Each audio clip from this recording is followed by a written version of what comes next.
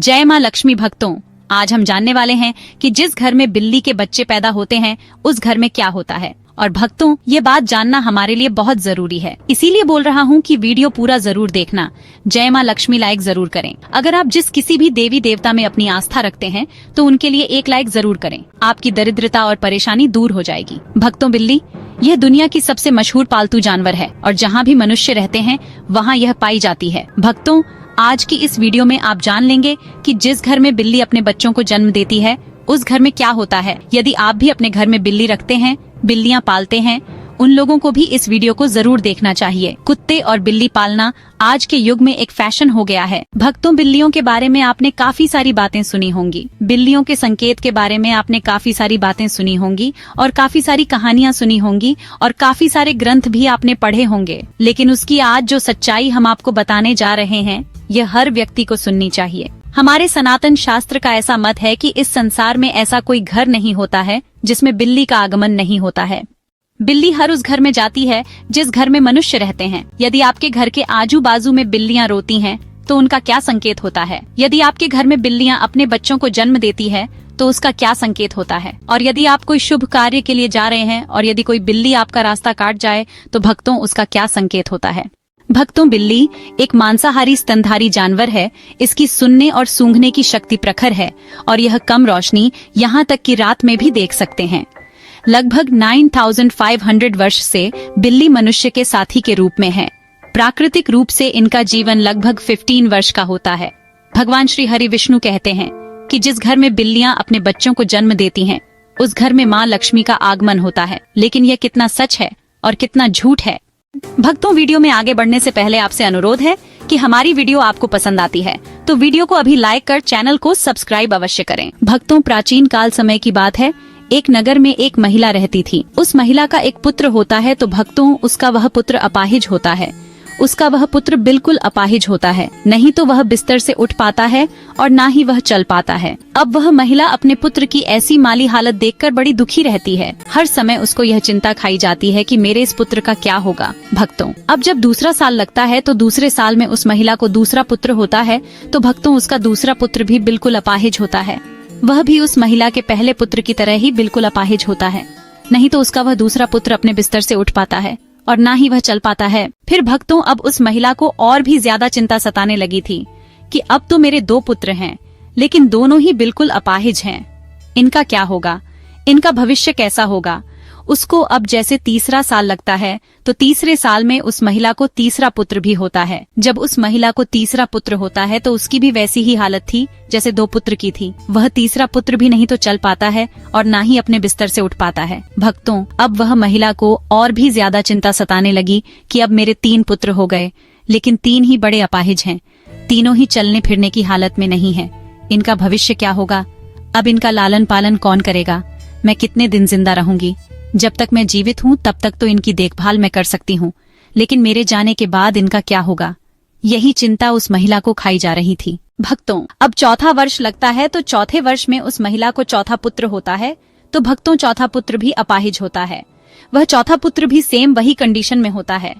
वह भी नहीं तो बिस्तर से खड़ा हो पाता है, ना ही चल पाता है। भक्तों, अब उस महिला की और भी ज्यादा हालत खराब हो जाती है। अब वह सोचने लगती है कि मेरी कोख से हमेशा अपाहिज पुत्र ही जन्म क्या लेते हैं। हो सकता है मेरी कोख में कोई खराबी है, मेरी कोख ही खराब है। यही सोचकर वह महिला बड़ी दुखी हो जाती है। अब कुछ दिन बाद 5वां साल लग जाता है और 5वें साल में उस महिला को 5वां पुत्र होता है तो भक्तों, 5वां पुत्र भी उन्हीं की तरह होता है जैसे कि पहले 4 पुत्र हुए थे।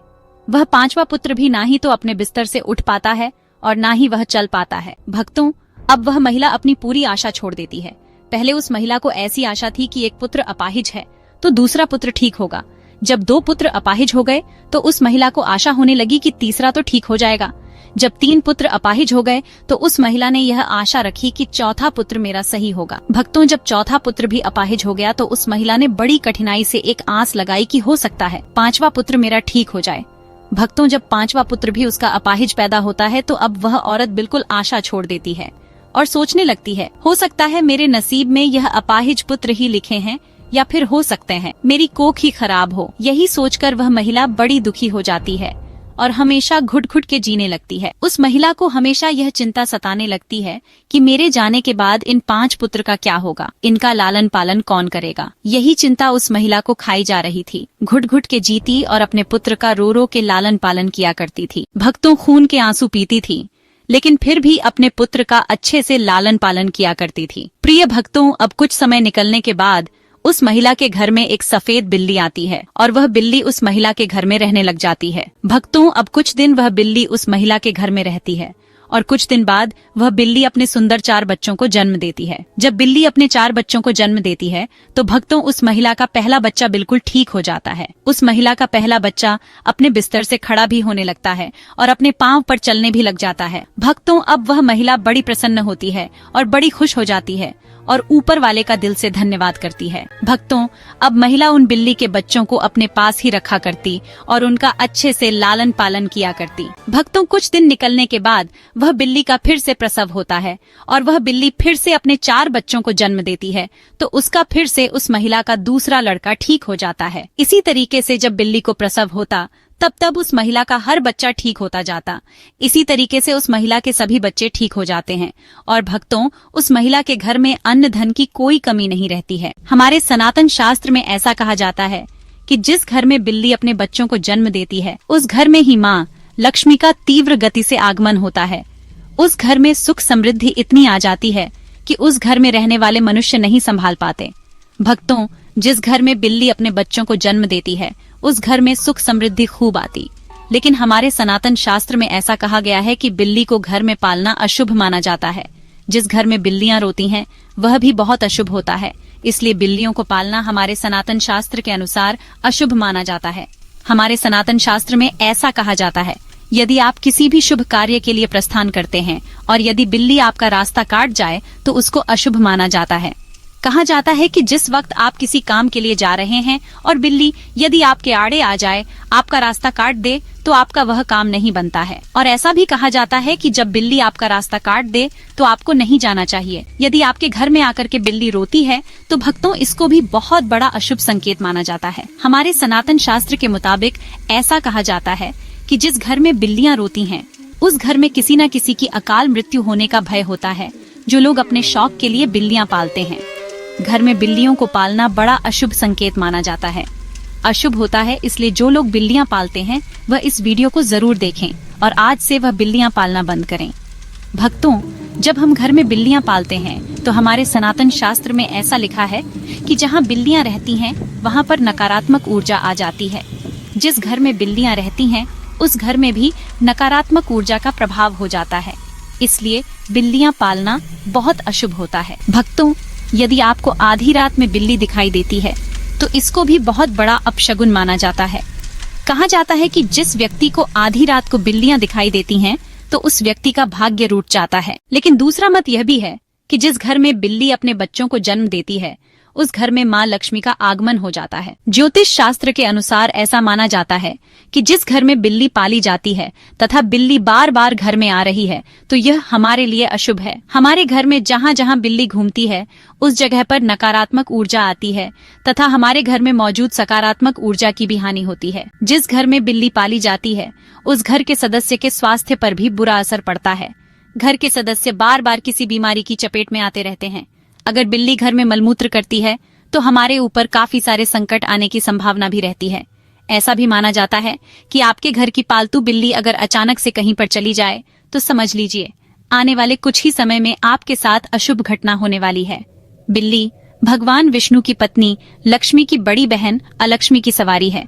बिल्ली का शुभ संकेत क्या है? अगर आप बिल्ली को उसके बच्चे के साथ देख लेते हैं तो यह शुभ संकेत माना जाता है।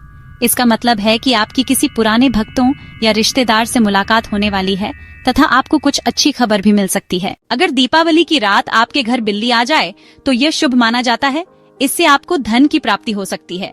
अगर बिल्ली आपके बाएं तरफ से रास्ता काटती हुई दाएं तरफ जाए तो यह शुभ संकेत माना जाता है। अगर बिल्ली की जड़ को कपड़े में बांधकर अपनी बाजू पर बांधा जाए तो नजर दोष से हमारा बचाव होता है। अगर किसी की कुंडली में राहु अशुभ है और राहु की वजह से परेशानी आ रही है तो राहु के अशुभ प्रभाव से बचने के लिए घर में बिल्ली पालनी चाहिए, क्योंकि बिल्ली राहु की सवारी मानी जाती है। बिल्ली का रास्ता काटना माना जाता है कि बिल्ली की छठी इंद्री मनुष्य की छठी इंद्री से कहीं ज्यादा सक्रिय है, जिसके कारण उसे होनी अनहोनी का पूर्व आभास होने लगता है। मान्यता अनुसार काली बिल्ली का रास्ता काटना तभी अशुभ माना जाता है जबकि बिल्ली बाईं ओर रास्ता काटते हुए दाईं ओर जाए। अन्य स्थितियों में बिल्ली का रास्ता काटना अशुभ नहीं माना जाता है। जब बिल्ली रास्ता काटकर दूसरी ओर चली जाती है तो अपने पीछे वह उसकी नेगेटिव ऊर्जा छोड़ जाती है, जो काफी देर तक उस मार्ग पर बनी रहती है। खासकर काली बिल्ली के बारे में यह माना जाता है। हो सकता है कि प्राचीन काल के जानकार ने इसलिए यह अंधविश्वास फैलाया हो कि बिल्ली के रास्ता काटने पर अशुभ होता है।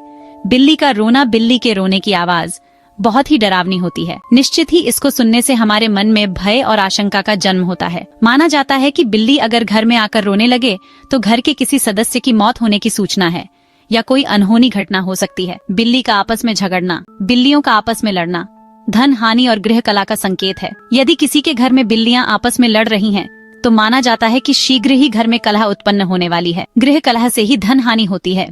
भक्तों लोगों का अभिवादन करने के लिए जब आप घर आते हैं, जब बिल्लियां घर में आपसे मिलती हैं और जब आप उससे बात करते हैं, तो बिल्ली भी आपसे अभिवादन की उम्मीद करती है। ध्यान देना, बिल्लियां लोगों के साथ सामाजिक संपर्क का आनंद लेती है।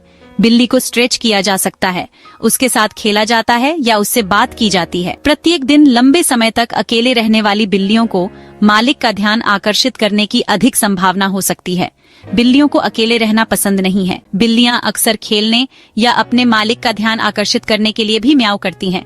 अतः कभी भी अपने पालतू जानवर की उपेक्षा ना करें। उनके साथ हर दिन क्वालिटी टाइम बिताएं, उनके साथ खेलें, उनसे बात करें। भोजन मांगना, जब बिल्लियों को भूख लगती है तो वह खाने के लिए भी म्याऊं द्वारा मालिक का ध्यान आकर्षित करती है। जब भी कोई रसोई में प्रवेश करता है तो बिल्लियां म्याऊं द्वारा भोजन को सुगमता से प्राप्त करती हैं। जैसे ही घर के लोग भोजन के लिए बैठते हैं, उसी तरह बिल्लियां भी मानव के समान भोजन देना। चलिए आज की वीडियो को समाप्त करते हैं और जल्द ही नई वीडियो लेकर आएंगे। तब तक आप कमेंट बॉक्स में बताइए वीडियो कैसी लगी।